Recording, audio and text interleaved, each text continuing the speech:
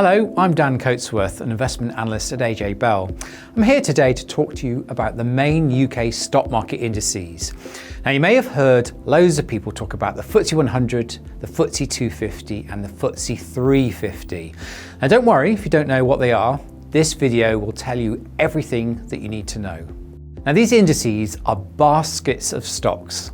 So the FTSE 100 features the 100 biggest companies by market value on the London Stock Exchange.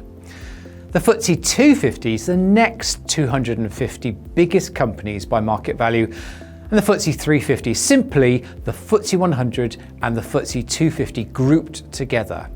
Now, they're very important indices because they act as the benchmark for the UK stock market. The FTSE 100 is considered to be the best representation of larger companies listed in the UK. So when you hear people talking about the UK stock market in general terms, particularly if it's on the BBC or some other major news channel, you can be sure that they're referring to the FTSE 100. So companies in the FTSE 100 generally valued at £4 billion or more. Now, these are gigantic companies. Many are household names, and lots of them will do business around the world. So the FTSE 250 is viewed as the benchmark for medium-sized companies, often referred to as mid-caps. You've probably heard of many businesses in this index as well, as it contains names which have been around for decades, as well as some more successful newer names. Now, investors are often attracted to the FTSE 250 index because it often contains businesses that are still growing at a decent pace. Valuations typically range from about £400 million to £4 billion. So many companies in the FTSE 100 index may be growing at a slower pace than those in the FTSE 250. It's very hard to grow fast when you're already earning those big bucks.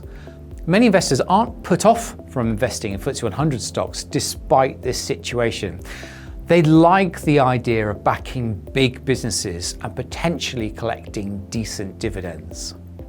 Index provider FTSE Russell, which is owned by the London Stock Exchange, rejigs the FTSE 100 and FTSE 250 indices every 3 months. The idea is to see if any companies have grown in value and could potentially be promoted to a higher index. FTSE Russell's review also kicks out companies which have fallen a lot in value and need to be demoted. Companies are bumped out of the FTSE 100 if they're no longer one of the UK's 110 largest listed groups.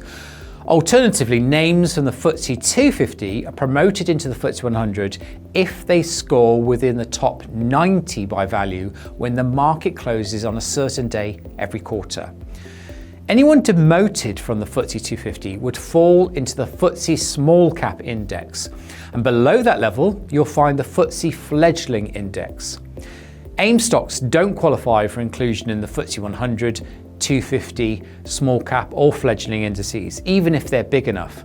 That's because AIM is a separate market and it's got its own indices.